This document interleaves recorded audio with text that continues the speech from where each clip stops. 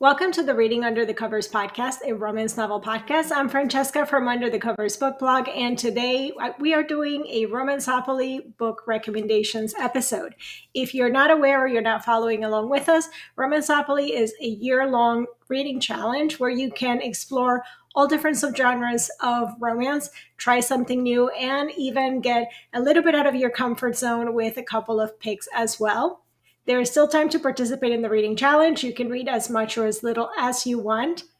All the rules, printables, and materials that you're going to need to participate in this fun reading challenge are on our blog at underthecoversbookblog.com, and just click on challenge. The prompt that I'm tackling today is the post office, and that is to read an epistolary or online romance. And I have a list of 9 books to talk to you about today. Most of those are recommendations and a couple that are on my TBR as well, including a movie that you can watch on Netflix, which I really enjoyed as well. I'll also leave a link to our blog post where there are even more recommendations. We have 24 epistolary romance and online romance recommendations on the blog. So I'll leave a link to that in the show notes. And if you're part of our online community, you can access the book database. And we have even more epistolary and online romances already tagged on there as well. And if you're not yet part of our online community, you can go to underthecoversbookblog.com/community and learn more about it.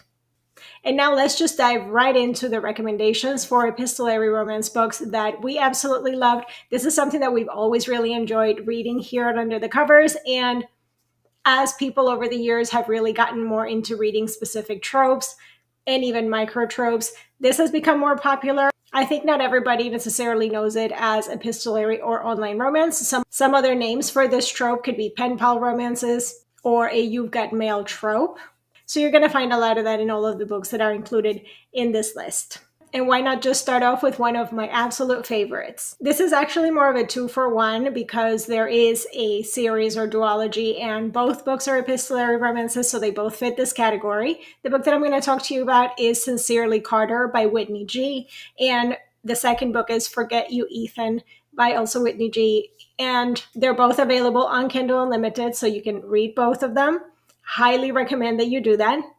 Now, you may have heard me talk about Whitney G before, and one of the things that I really always love about her writing is that she really writes amazing jerk heroes. And that is not what you're going to find in Sincerely Carter. Sincerely Carter is just a really sweet friends to lovers romance. Now, both of our main characters in this are basically childhood nemesis kind of friends, and they started writing notes to each other even back when they first met, and they like to argue whether that was in 4th grade or 5th grade when they became friends. And we're not necessarily talking about love notes here. At the time, there was even death threats. But they've become really good friends. They're really in tune with each other, and they've never seen each other as anything other than best friends until the very last year of college, when Carter realizes that he wants more and he's going to go out and get it. And I really appreciate a hero that falls first and falls hard and goes for it. Like I said, if you were expecting a Whitney G jerk hero, this is not it, but it is the sweetest, most adorable, cutest love story. Perfect summer read as well. And even if you're not that into new adult, I think you should give this one a try. The second book that I'm going to recommend to you guys, it's also one that I absolutely adored. And it is also available on Kindle Unlimited. I believe at the time, at least in the US, this is also a read and listen. So you can get the audiobook on Kindle Unlimited. And I absolutely think you should do that. But the book is Dirty Letters by Vi Keeland and Penelope Ward. And this author duo writes the best, most addictive contemporary rom-com kind of stories, also with amazing witty banter between the characters. And Dirty Letters was so much fun. The 2 main characters start off as pen pals across the world. So there was a program that the schools organized when they were children, and the hero of the story is a boy in Britain, and the heroine is an American girl, and they basically become pen pals through this school program, and they continuously write to each other until one day the boy just stops responding to the letters, and the girl really feels like she lost her best friend, and she's not very happy about that. However, they finally reconnect as adults, still through letters. They've never really met each other. They don't know who the other one is. And as those letters as adults change, obviously their deep connection and feelings change as well. But the base of that connection was always how they felt for each other as children and that emotional connection that they develop. So now it's just the normal transition that their feelings are going to grow from there. And he has a big secret that he has not told her about. The letters get steamier and the possibility of them actually finally meeting in person get closer. And I consumed this book in one sitting. It was so good. It's so addictive. If you've read a Vikeel and Penelope Ward collaboration before, you probably already know that. So you're going to get a lot more of that as well. And at the same time, it is a little bit of an emotional story. So I think when it comes to a true epistolary romance, this is the perfect choice to pick up. The next book on this list is The Happy Ever After Playlist by Abby Jimenez, and I really enjoyed this book, especially as the characters basically meet via text and their relationship also develops via text as well. This book starts out with our heroine who's an artist, her life is in total shambles, and a doggy happens to jump in her car and she takes him home with her. He's a bundle of joy, and obviously she's trying to reach the owner to let them know that she has the dog and make arrangements to reconnect the two. But her texts keep going unanswered, and she keeps bonding with the adorable dog. Until finally the owner of the dog appears, and he happens to be a musician who's touring in Australia, and he wants his dog back. So their relationship starts developing through text messages. At this point, she doesn't want to give up the dog without a fight, and he wants his dog back. As always with an Abby Jimenez book, it's going to be emotional, but it has just the right amount of romantic comedy in there as well to keep you satisfied. And it's just a really sweet romance. I think any of her books are great summer reads, and this one was no exception. And from something super sweet, we're going to go to something more erotic and a little bit darker, and we're going to recommend Hard Time by Kara McKenna.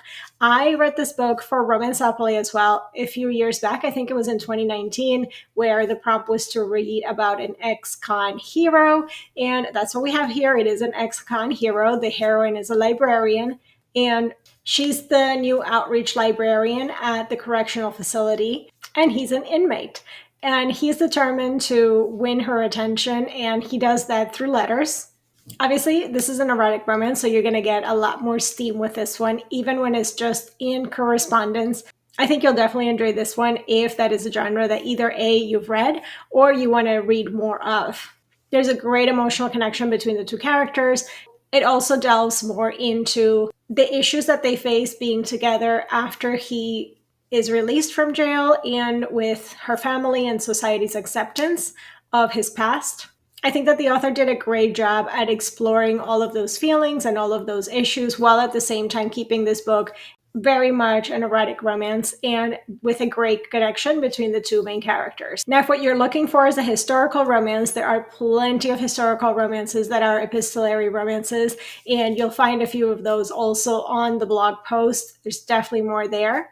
But we wanted to recommend something that maybe you haven't heard about before, and that is One Perfect Dance by Jude Knight. This is a best friends, childhood friends to lovers romance. It is epistolary romance as well. The hero is a travel writer, and while he's away, the heroine writes letters to him because he's her best friend from childhood, and she is now a widow, wants to start a family, and when he is back in England, their connection and their sparks change from friendship to something more. And what they have to overcome is family trying to keep them apart, especially his stepbrothers. Now, for the next couple of books that I'm going to mention, these are the ones that are on my TBR to read for this prompt, and I'm most excited to read basically all of them, actually. In fact, one of them I had started when it came out, and I put it down not because it wasn't good. I was in a huge slump, and I need to go back to it because it was highly recommended when it came out by so many of you, and I just have to go back to it. And that book is The Undertaking of Heart and Mercy by Megan Bannon. This one I would classify more as a fantasy romance, not necessarily strictly a romance. The hero and heroine are enemies, basically. They can't stand each other. The heroine is in charge of her family's undertaker business, and the hero is a marshal that is patrolling the wilds. It is set in sort of a magical world. They're always at odds with each other, and after a frustrating encounter, the hero writes a letter to a friend, basically. And To his surprise, there is an anonymous response to his letter, so they start corresponding with each other without knowing that they're corresponding with the person that they actually can't stand. As their world gets more dangerous, their connection deepens and everything brings them closer together. And they'll have to deal with that, plus having to find out who that closest friend that they've developed a relationship with actually is. Another one that I'm super excited to read as well is Man Down by Kate Meador. This is part of the Rookie Rebel series. It is a hockey romance series. And the hero in the story is actually a former player, and he is now running a hockey camp. He has been grieving the death of his wife and his twins in an accident.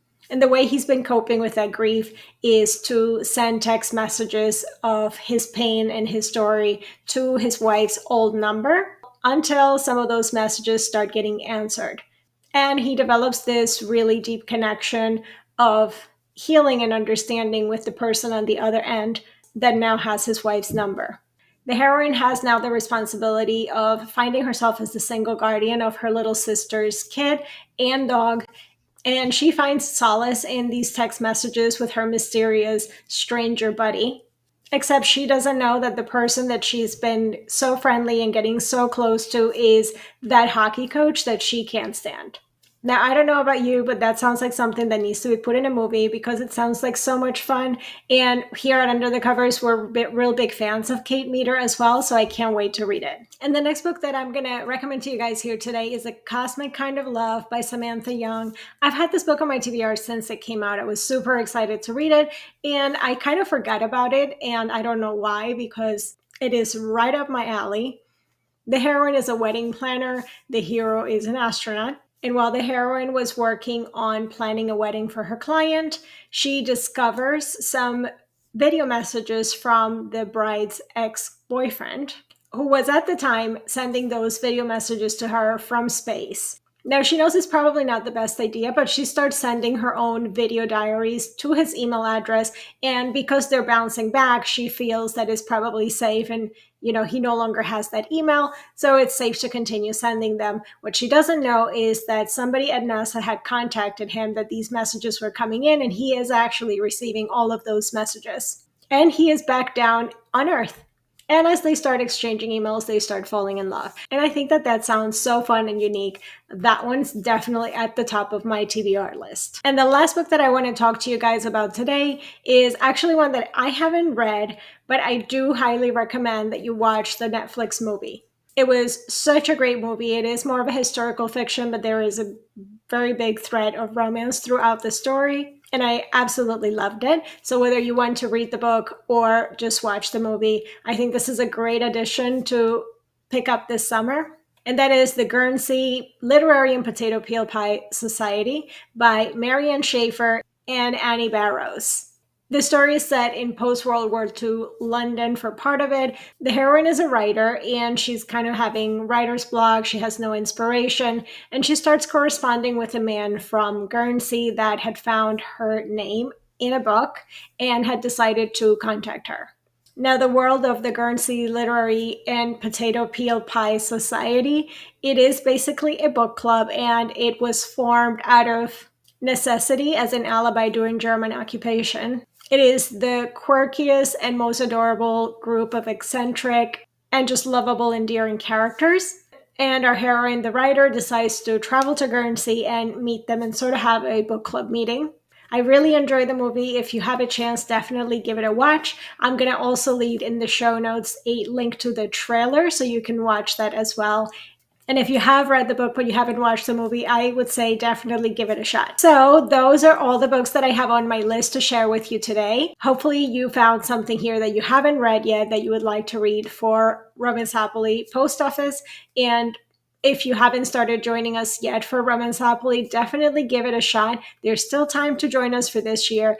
You don't have to complete the whole board to complete the challenge. So definitely look through the rules, and you can also find a link on the challenge page where you can join our community and have access to a free tracker as well. So you will have access to that part within our community without paying any monthly fee. Plus, you'll be able to see what other people have read for the challenge and maybe get some inspiration and share your own reads as well to help others find other books. And even if you're not joining us for Romanceopoly, I hope that you do try out an epistolary romance, even if it's in the digital age. They are such fun reads, and I'm always on the lookout for even more recommendations. So if you have any more, please send them our way. Don't forget, I'll leave the blog post linked in the show notes with 24 recommendations. So you'll find all the ones that I mentioned on here, plus more. And you can also use the playlist on our podcast for Romanceopoly recommendations, where you can listen to other episodes where we've talked about previous recommendations for other prompts. If you're enjoying our podcast, don't forget to leave us a review or even just a rating. It really does help our podcast, and we would be immensely grateful. You can also access the video for this podcast episode on our YouTube channel. I will also leave that link in the show notes down below. We hope that you join us at underthecoversbookblog.com. Subscribe to our newsletter. We'll be in your inbox every Sunday with all the latest posts and content that we've created and book recommendations for you guys. And we will see you again in the next one. Bye.